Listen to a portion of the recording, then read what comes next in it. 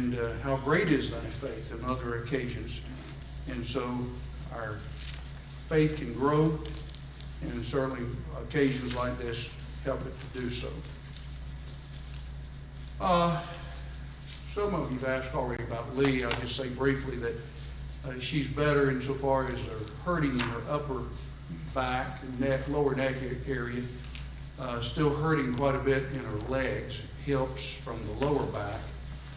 And there's been confusion, and I understand why, as to in fact, somebody called me the other day and said, I thought Lee's surgery was in June. I said, well, it is. She said, anyway, the upper neck came as a result of a second MRI, and the doctor said that needs to be done before the other is worse. So that's why this surgery that was a couple of weeks ago was just advanced. You know, we got to do this now. And then the one June 8th on her lower back is still, we go the 31st as a post-op for what she just had, and a pre-op for June 8th, and we'll see how she does.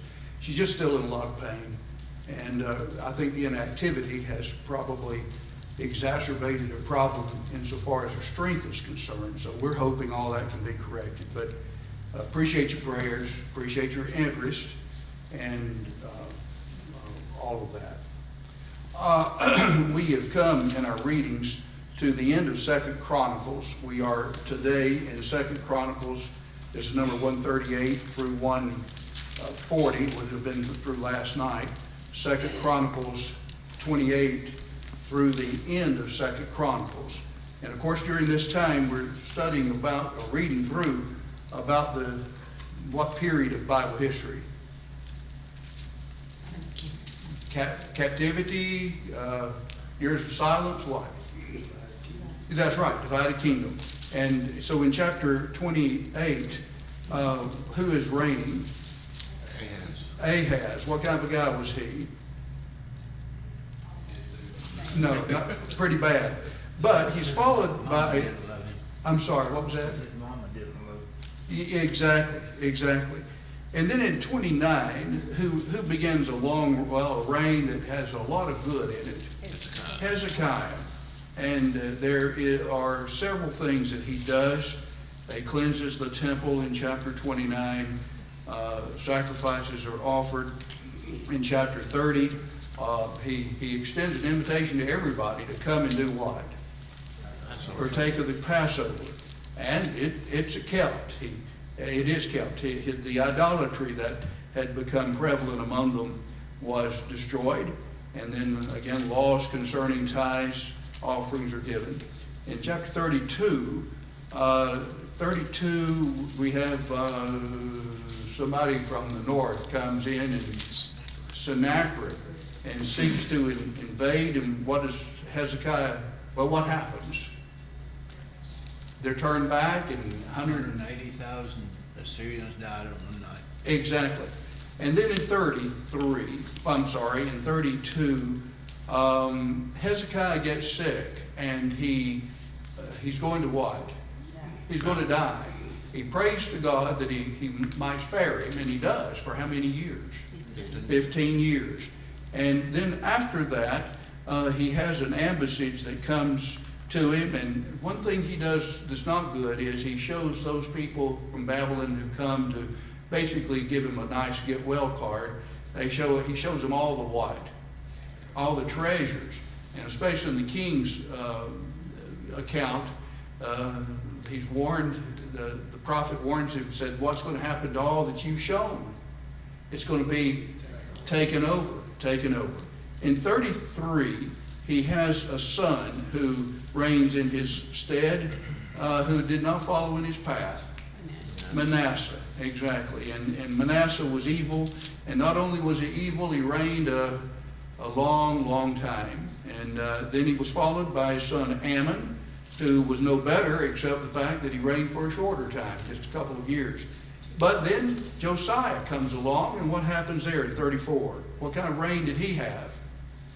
A really tremendous reign. And in the 34th chapter, the temple had become in disrepair, It's refurbished. The book of the law is found, brought to him, read, and then as a result of that in chapter 35, he really has a number of reforms that he goes through, and all of those are seen in the king's account as well. The Passover is kept. Then in chapter 35, Josiah dies, and then who follows him? Yes, and what kind of man was he? Evil. Jehoahaz. And then really in the end, you have that last section of time after Josiah, Jehoahaz, Jehoiakim, Jehoiakim, and then Zedekiah. It's all spiraling what? Downhill fast. And so we have their reign, and then if you go all the way to the end of 2 Chronicles, in verse 22, in the first year of Cyrus, king of Persia, the word of the Lord by the mouth of Jeremiah might be accomplished. The Lord stirred up the spirit of Cyrus, king of Persia, so that he made a proclamation and put it also in writing. All the kingdoms of the earth hath the Lord, the God of heaven, given me, and charged me to build him a house in Jerusalem, which is in Judah. And so really, Chronicles ends with what time period? What's that, Janet? The captivity, and really at the end of the captivity, when Cyrus the Persian allows them to actually go back. And so obviously 2 Chronicles then was written after the fact, after this time. So all of that shows, we go all the way back to 1 Chronicles with all the 1 through 9, all those genealogies. If you don't get, we don't want to get lost in the weeds or lost in the forest for the trees, so to speak. But all of that shows there was a connection all the way back really to Abraham, all the way back to Adam. And God had used various ones to fulfill his promise. God's faithful to his promise. He had told you that if you're disobedient, these things will happen. Chronicles shows they happen just like God said they would. And if you're obedient, I'll restore you. That's exactly what happened. And so all of that is written really for all these Jews to understand, hey, this is why we are where we are. And God has been faithful to his word. So written after the fact, but for the purpose of showing the Jews God has been faithful to his purposes, and we've gotten what we deserve. But God is always right in what he does. Comment, question on it? That's the same God we have today. The same God we have today. That's Yeah. what's so encouraging to learn and to teach about that. Yes. He doesn't change. Exactly. And I think of, teaching our children, grandchildren, all that because the usual thing is God is a God of wrath in the Old Testament, a God of love and grace in the New. No, he's the same God, and he just showed his wrath and showed his grace in the Old Testament in very physical ways. And yet the spiritual trumps or surpasses the physical. And that's what we have.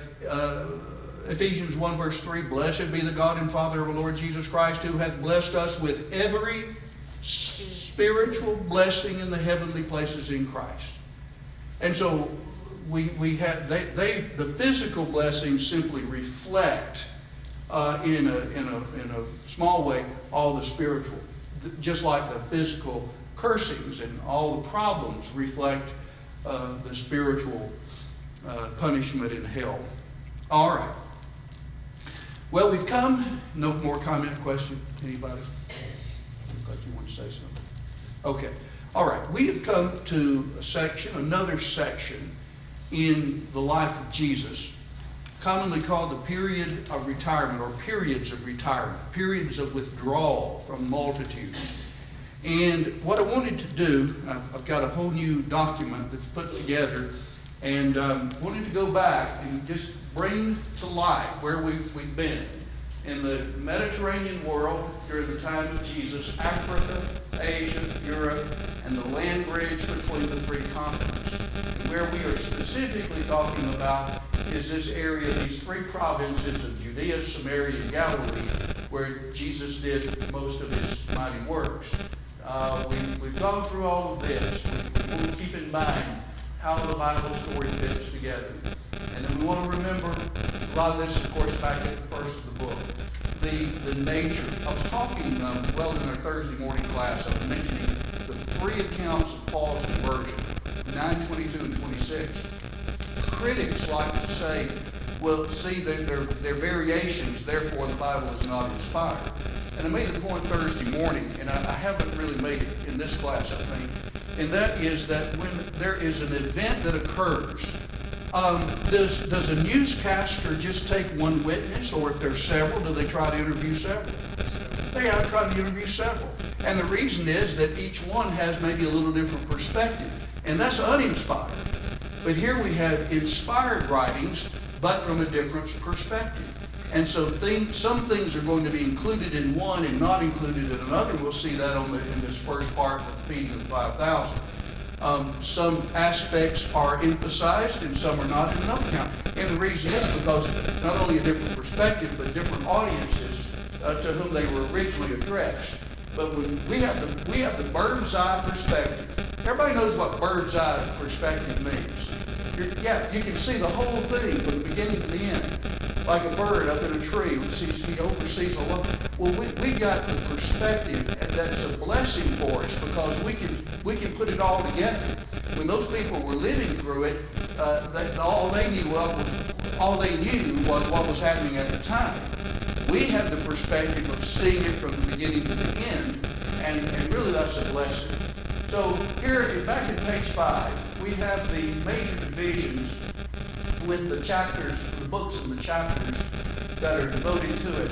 We've got the years of preparation, the beginning ministry, primarily dealt with in John, the great Galilean primarily with Matthew, and partly Luke, some of Mark, very little in John. And now we're in the periods of retirement. There are about 4 specific. And the primary emphasis is in Matthew, some in Mark, little in Luke, and about a chapter in John that's devoted really to the feeding of the 5,000 and the speech that follows the next day in Capernaum concerning I'm the bread of life, and then the first part of John 7 when he goes down to Jerusalem. So that's where we are. Now, another thing that I wanted to emphasize, and again, that's on page 5 of our workbook, is our time period. If we're right, the only feast that is actually mentioned that allows us to put the life of Jesus together is the Passover. We have the first one in John 2, the second one in John 5, and then this one in John 6, and then the last one when he was killed. So you have 4 mentioned in the life of Jesus.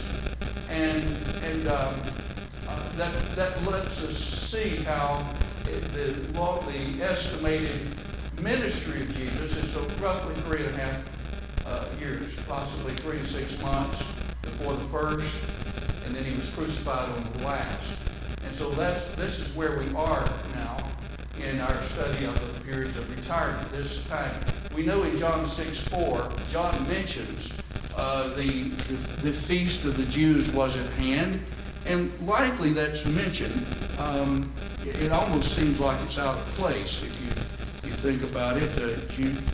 Now the Passover, the feast of the Jews was at hand. It's almost, again, it's like a side point, but I think what it seems like to me, what the purpose is that as people would be passing through this area, then it gave them opportunity to go here and see Jesus. And that we know that's true because of all the multitudes who come, the 5,000 men, excluding women, that he feeds. The very fact that they come, verse 15, they come in John 6:15, they come and try to make him a king by force. All of those things indicate there were tremendous crowds. So what I want us to do, real briefly, is to get kind of a flavor of where we are. Here's where we've been in the Great Galilean ministry. Here's where we're going. The first retirement deals with the end of where we were, where the 12 had been sent on the what? Limited commission. And then we have the bit about John and how he died, how he was killed. And then we have the 12 returning, and that's particularly mentioned in Luke and Mark's account. But they return, and there's just not enough time for them to hardly eat. So Jesus says, let's go across the sea. But the people follow suit. They follow by land. And they come over to Bethsaida. And he retires or withdraws to a mountain to escape being made king, walks on the water. And then he meets the disciples as they're on the water. And the boat ends up at Gennesaret, just a little south of Capernaum. And then that's where he gives his bread of life. He goes to Capernaum the next day and gives his bread of life speech. And at the end of that, when he says, except you eat my flesh and drink my blood, you have no life. Then upon this saying, many of the disciples walked no more with him. And then Jesus looked at the apostles and said, would you also go away? And Peter said, Lord, to whom shall we go? Thou hast the words of eternal life. And so all of that's happening. Well, the crowds begin to turn away. Pharisees come, Matthew 15, to criticize Jesus. Then he retires through the region of Tyre and Sidon. Another withdrawal through Decapolis, and he feeds the 4,000. And so the word withdraw is used several times here. In Matthew 14:13, he withdraws again. The word's not used here, but the idea is he went out from the borders of Tyre and came through the borders of Decapolis. And then he left them and again entering the boat, departing to the other side. The fourth retirement. On the map, it looks something like this. He's over here in Capernaum. And then because of what they wants to get away from the crowd. So he goes to Bethsaida. And those over here in Capernaum go by land over there. And when they do, Jesus feeds the 5,000. And then he tells the apostles, I want you to go to the other side. And he sends the multitudes away, and then he goes up into a mountain to pray. Well, while they're struggling going across, he walks to them on water. On the water. And then Peter's efforts to do the same, he fails. And then Jesus helps him up. They both get into the boat. And the boat, Farrah and I were talking about this Wednesday night. What happens, Farrah, to the boat? Yeah, that's right. It's just immediately, it's over at Gennesaret. Then the multitudes run, bring their sick to Jesus over here. Again, it's not all that far to Capernaum. So he goes to Capernaum, and the next day, these people who've been over in Bethsaida are back over in Capernaum, and they want another miracle. They want another meal. And Jesus does not accommodate them on this occasion.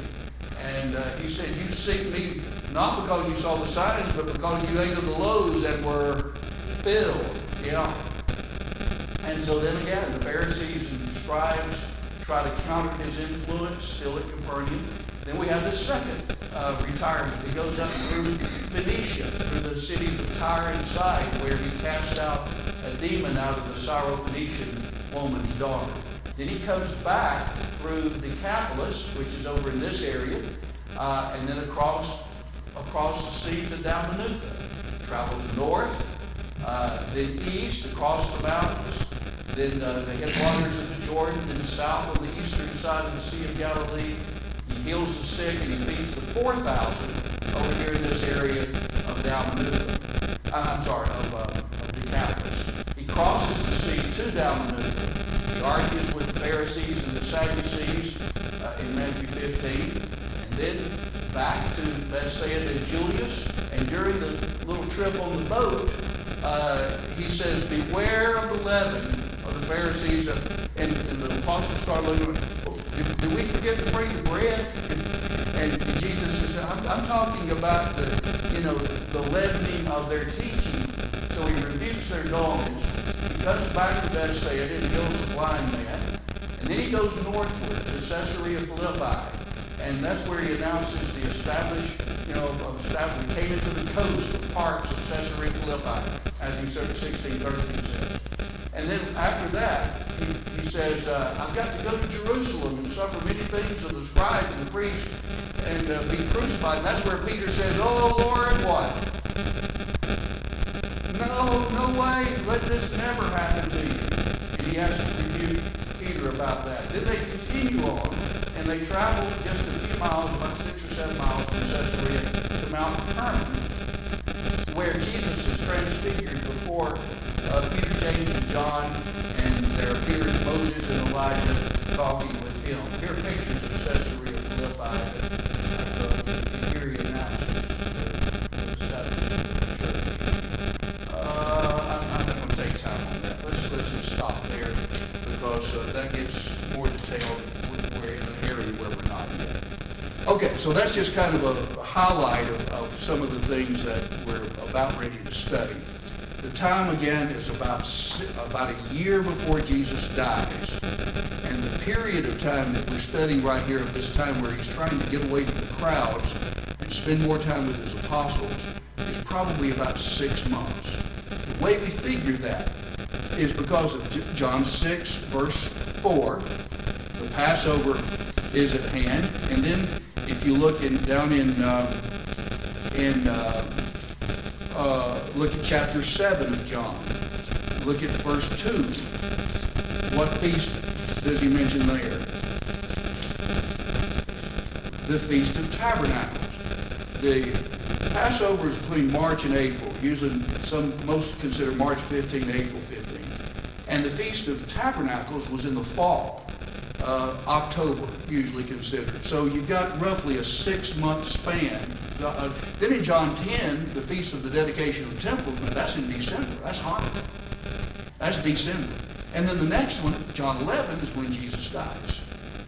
Or is mentioned in John 11, it's 55. And so that gives us a kind of a linear thought as to where we are during this time. Comment, question? Anybody? It seems obvious that he didn't participate in that third feast of the Passover. Yeah, unless he just went there and it's not recorded.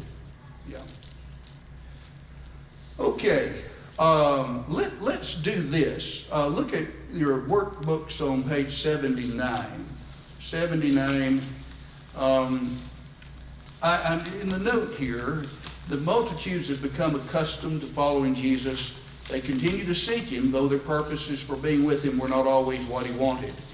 And so first, Jesus seeks the need to escape from the crowds in order to have more time with his apostles. He even mentions that. The apostles come by and say, Lord, this is what happened as we went teaching on the limited commission. And people were coming in and among them so much that they didn't even have time to do what? To eat. And so it's on that occasion, Jesus says, let's depart and go away for a while. And then second, Herod must have feared that with the death of John, there would have been an uprising among the Jews. And he was right. As soon as the disciples had buried John's body, they came to Jesus, likely expecting him to do something about it. And they wanted to take him by force and make him a what? A king. And yet Jesus would not help them in revenge nor set up a physical kingdom. Then the third paragraph there, or the last paragraph, many have called this segment the period of retirement, yet there are actually 4 separate occasions that he withdrew from crowds. The first involves events surrounding the feeding of the 5,000. Time is shortly before the Passover, meaning that Jesus has 1 year before his death, which will occur on the following. We have now covered over 2 years of his preaching. Period of retirement will last about 6 months, or from the time of the Passover in the spring until the Feast of Tabernacles. All right, let's do this. Let's go to Luke's account first. The most exhaustive case, or at least the most explanatory, is in John's account. But you've got a little more information about what precipitated all this in Luke, Matthew, and Mark. In Luke 9, Kirsten, why don't we start with you? Luke 9, verses 10 through 17. And before Kirsten reads, I want you to call attention now that in verse 1 through 6, what do we have in Luke 9? Luke's account of what? The limited commission. In 7 through 9, Luke's account of John's beheading. So now we have their return, and then the event, according to Luke, of the feeding of the 5,000. Okay, Kirsten, let's read 10 through 17. On their return, the apostles told him all that they had done, and he took them and withdrew crowds learned it, they followed him, and he welcomed them and spoke to them of the kingdom of God and cured those who had need of healing. Now the day began to wear away, and the 12 came and said to him, "Send the crowd away to go into the surrounding villages and countryside to find lodging and get provisions, for we are here in a desolate place." But he said to them, "You give them something to eat." They said, "We have no more than 5 loaves and 2 fish, unless we are to go and buy food for all these people." For there were about 5,000 men. Then he said to his disciples, "Have them sit down in groups of about 50 each." And they did so, and had them all sit down. And taking the 5 loaves and the 2 fish, he looked up to heaven and said a blessing over them. Then he broke the loaves and gave them to the disciples to set before the crowd. And they all ate and were satisfied. And what was left over was picked up, 12 baskets of broken pieces. All right, thank you. Now, notice in verse 10, they returned and told him what they had done relative to the limited commission. And we don't find now exactly why he says, but he just says he drew them apart. And we'll find on the other account, Mark's account, that it was because of all the multitudes that were thronging him. But he calls them apart, and he heals those who follow him. And then as the day begins to wear away in verse 12, the apostles say, "Lord, why don't you let them have time to go to the villages and country and find, the American Standard says, victuals and lodging." And he says, "Well, why don't you feed them?" John's account says he told that to Andrew. And then and Andrew said, that's 200 denarii worth, 200 days' wages worth, would not even feed this crowd. And then Philip says, "Well, here's a lad." Jesus says, "You go see what you can do about it." And Andrew says, "Well, we don't have 200 shillings. That's not enough." And then Philip says, "Well, there's a lad here who has 5 loaves, 2 fish. That's not enough." And so then Jesus takes it, he gives thanks for it, and then he begins, can you imagine that? I don't know what it looked like, but I can imagine. Here he is, he says, "I want you to sort them out, put them in companies or rows," and the idea of rows is like a garden row there, that put them all kind of evenly, and I believe as Mark's account says, 50s as well as hundreds. Organize them so nobody's he doesn't say this, but it would keep anybody from being overlooked. It was also would furnish an easy way to count. And so they're all done that. And then can't you imagine if the little lad brings 5 loaves and 2 fish, and they're here, and here are all the 12 around them, and they're all, the rest of them are all sitting, and he starts taking the fish, and he just keeps passing. He just takes it, and I don't know what it looked like. If it looked like a magician pulling a rabbit out of a hat, and he just kept pulling rabbits, kept pulling, I don't know. But whatever it was, if you can imagine, he just keeps pulling it out and dividing it, and then they're carrying it. And it wasn't that everybody got a nibble. What does it say?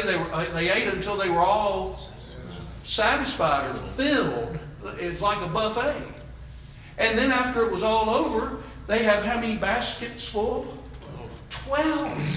They have more left over than they had to start with. And it's interesting, guys, that John again, John juxtaposes the feeding of the 5,000 here, and then the walking on the water, to the speech that he gives. And the emphasis of the speech is, he had just fed them the preceding day with fish and bread. I like to say fish sandwiches. He just fed them. And evidently they're expecting the same this next day over in Capernaum. And he says, "Work not for the food that perishes, but unto that which is unto eternal life." That's later on in the speech in John 6. And well, what must we do that we may do the works of God? He said, "This is the work of God, that you believe on me." They had not come to that point yet. And so the emphasis of the miracles was always to create what? Create what in their hearts? Faith in their hearts. That's right. And it's like a lot of people today, guys. They're wanting something quick. something to satisfy their wants right now, and they really don't have a deep and abiding faith. And Jesus is wanting them to have a deep and abiding faith, and not just enamored with the miracles, but they were enamored with the miracles and not with who he was, who produced them. And so we have that speech in John 6 that really grows out of what we're reading with the feeding of the 5,000.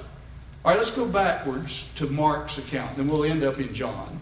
In Mark 6, Brother Fair,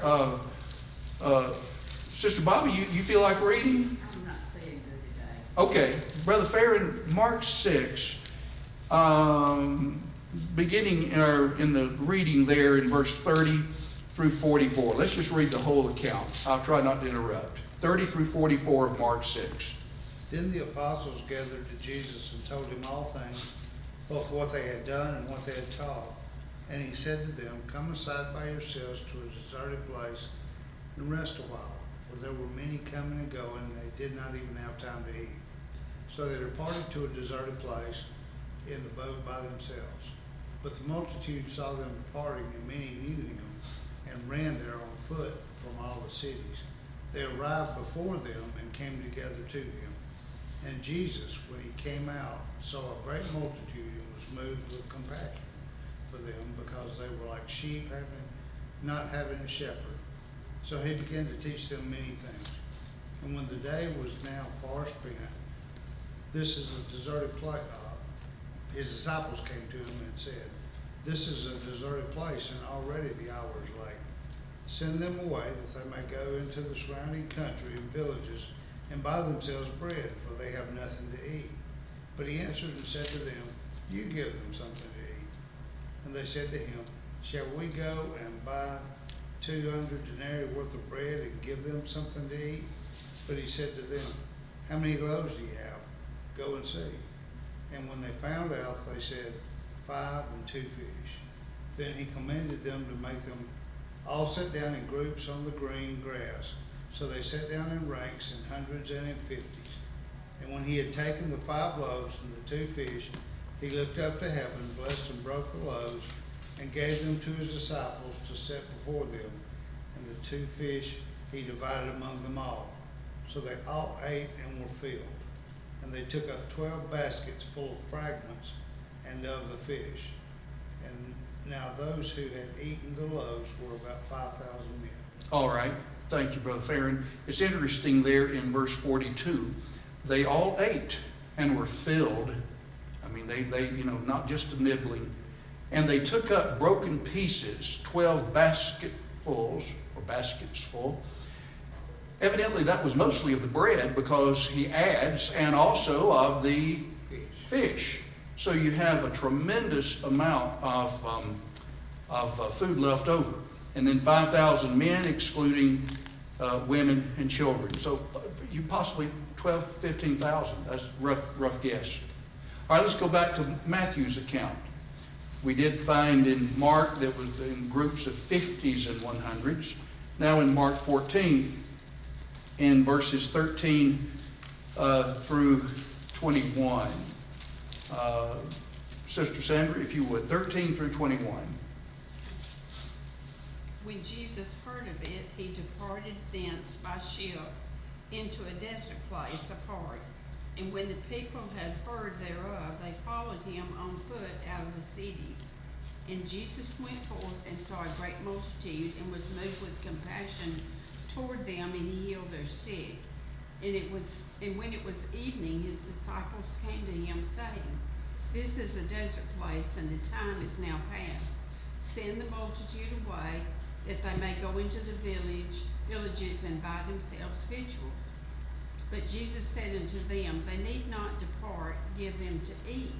And they say unto him, "We have here but 5 loaves and 2 fishes." He said, "Bring me them hither to me." And he commanded the multitude to sit down on the grass, and took the 5 loaves and the 2 fishes, and looking up to heaven, he blessed and brake, and gave the loaves to his disciples, and the disciples to the multitude. And they did all eat and were filled, And they took up the fragments that remained, 12 baskets full. And they that had eaten were about 5,000 men, beside women and children. Yeah, the other account just says 5,000 men, doesn't say anything about women and children. This mentions that.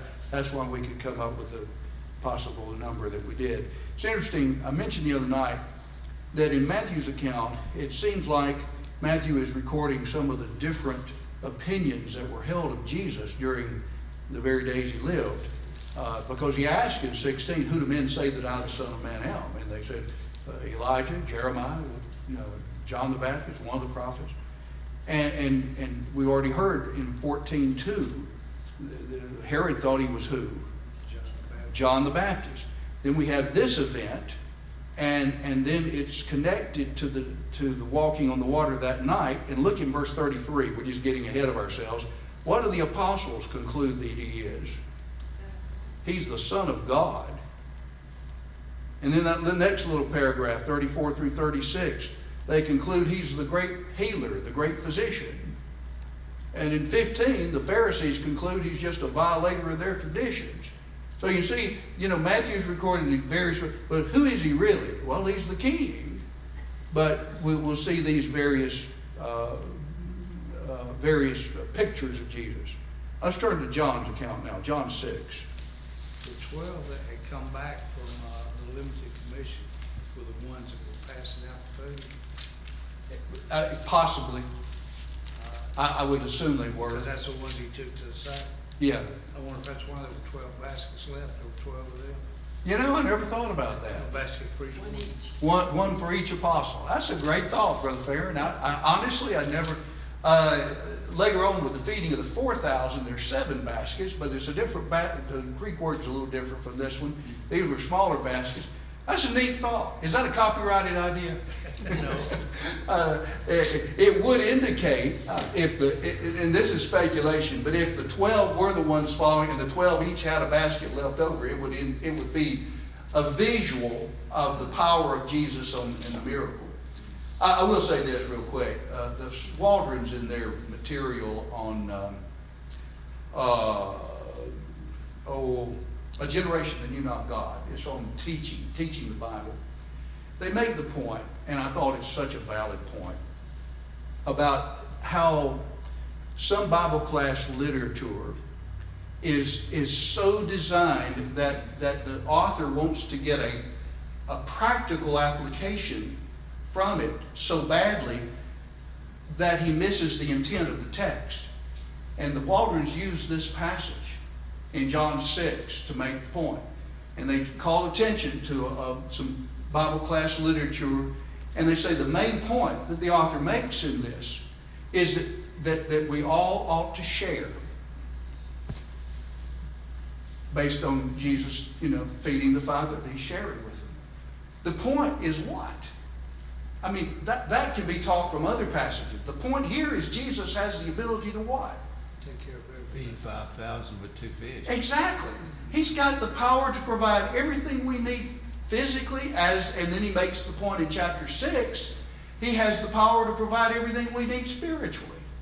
And except we eat his flesh and drink his blood, we assimilate his whole being, his whole character into our thinking and our lives. Unless we do that, we have no life in us. That's the point. John makes the point. And I think that's where we, as teachers and as preachers, whatever, we've got to be so careful that we're not trying to get a point out of it that we actually cost the intent of the inspired writers. The whole thing is, look what Jesus did. Exactly. Look what he did. Now, What time of year is this? it would be right before the Passover, so it would be in the late winter, February, March, probably.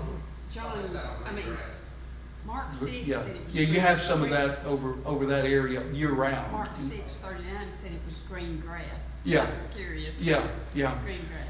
I heard first time I ever heard this argument made was Joe Blue, who preached a lot up in the Ozark Mountains, Missouri, Arkansas area. Debated a whole lot. I think he died around 1960. But he did a lot of debating with a lot of people who didn't believe you need to be baptized to be saved. And they used in Acts 8, where the Ethiopian was told by the Spirit to go to the south toward Gaza, which is desert. And then so he concluded on the baptism of the Ethiopian that it was sprinkling because it was desert. They wouldn't have had enough water to actually get out into. And Brother Blue used this passage that you're talking about, that it was deserted, but they had green grass there. If it were a desert area, how did they have green? And his point was that the word desert just means deserted. It doesn't mean like the Arabian desert where nothing grows. Things can grow, but it's deserted of people. That's the idea. Anyway, that's the first time I'd heard that idea on green grass used to to refute a Methodist on the immersion of the Ethiopian in Acts 8. I thought that was kind of neat. The food lasting too is, there's an example of that in the Old Testament where the oil and Yeah, the widow. did Mhm. not. Yeah, that's right. It just kept on. It kept on. Yeah. All right. Let's read this. Let's see who read last. Sister Sam, you read last. Yeah. Landon, why don't you read John 6, 1 through 15. John 6, 1 through 15. Well, John gives the names of the apostles who have this little interaction with Jesus about how are we going to do all this. After this, Jesus went away to the other side of the Sea of Galilee, which is the Sea of Tiberias, and a large crowd was following him, because they saw the signs that he was doing on the sick. Jesus went up on the mountain, and there he sat down with his disciples. Now the Passover, the feast of the Jews, was at hand. Lifting up his eyes then, and seeing that a large crowd was coming toward him, Jesus said to Philip, "Where are we to buy bread, so that these people may eat?" He said this to test him, for he himself knew what he would do. Philip answered him, 2,000 denarii worth of bread would not be enough for each of them to get a little. One of his disciples, Andrew, Simon Peter's brother, said to him, "There is a boy here who has 5 barley loaves and 2 fish. But what are they for so many?" Jesus said, "Have the people sit down." Now there was much grass in this place. So the men sat down, about 5,000 in number. Jesus then took the loaves, and when he had given thanks, he distributed them to those who were seated. So also the fish, as much as they wanted. And when they had eaten their fill, he told the disciples, "Gather up the leftover fragments, that nothing may be lost." So they gathered them up and filled the 12 baskets with fragments from the 5 barley loaves left by those who had eaten. When the people saw the sign that he had done, they said, "This indeed the prophet who was to come into the world." Perceiving then that they were about to come and take him by force to make him king, Jesus withdrew again to the mountain by himself. All right, now I want you real quickly to think briefly with me. In Matthew's account, first part of Matthew 14, Herod thinks Jesus may be John the Baptist risen. And then we have the event, second, with the feeding of the 5,000. And here we find that the people say, truly, this is of truth the prophet that's come into the world. After the walking on the water, the apostles claim, truly, this was the Son of God. This is the Son of God. So you have all of those statements that are reverberating around concerning who Jesus is. So now, by the way, I believe I reversed Philip and Andrew a while ago. I think I did. I'd have to go back and listen to it. But Philip is the first one who says, how are we going to buy bread enough for these people? And he said, we'll go see. And 200 denarii is not enough. And then Andrew is the one who says, well, here's a little boy over here who has 5 loaves and 2 fish. So we learn the names of 2 of the apostles here who have this interchange with Jesus. All right, I'm trying to think of anything else. Our time is about shot. 14, when they see it, they conclude exactly what Jesus wants them to conclude. He's the prophet, the Messiah. But then a wrong consequence, verse 15, they want to take him by force and make him king. Yeah, you're going to say something? Yeah, verse 6 always jumps out to me every time I read this. The last part of it. For he himself knew what he was going to do. Yeah. Yeah. And it kind of goes into what you just said, going all the way back over to verse 14. You know, the sign that they had done. He knew this is what I'm going to do. This is why, you know, it's going to be done. Now, yes, speculation on my part here, but, you know, he just keeps teaching and keeps healing people until the day wears on, you know, it says. And the apostles say, Lord, why don't you go ahead and send them? I mean, it's almost dark. Why don't you send them away so they can go and get lodging and, you know, get ready for the night? It could very well have been Jesus wanted to continue so it would give him the opportunity that they'd be hungry. And he knew, of course, he knew all that. And he knew but whatever the case was, as Landon mentioned, he knew what he was planning to do. And that furnishes the occasion to do it and to create faith. This is another different kind of miracle. We've seen him heal paralyzed people, blind, mute, demon-possessed, raised Jairus' daughter as well as the widow of Nain's son. And now we see him feeding 5,000, just basically. And the next thing, he's going to defy the laws of gravity, buoyancy by what? Walking on water. So you can truthfully say that every area of human existence, Jesus has power over. He's shown to have power over. Give us faith in him. Any comment, question? And time and space. Time and space. That's right, Brother Farron. Exactly right. Great point. All right, we'll have to stop there.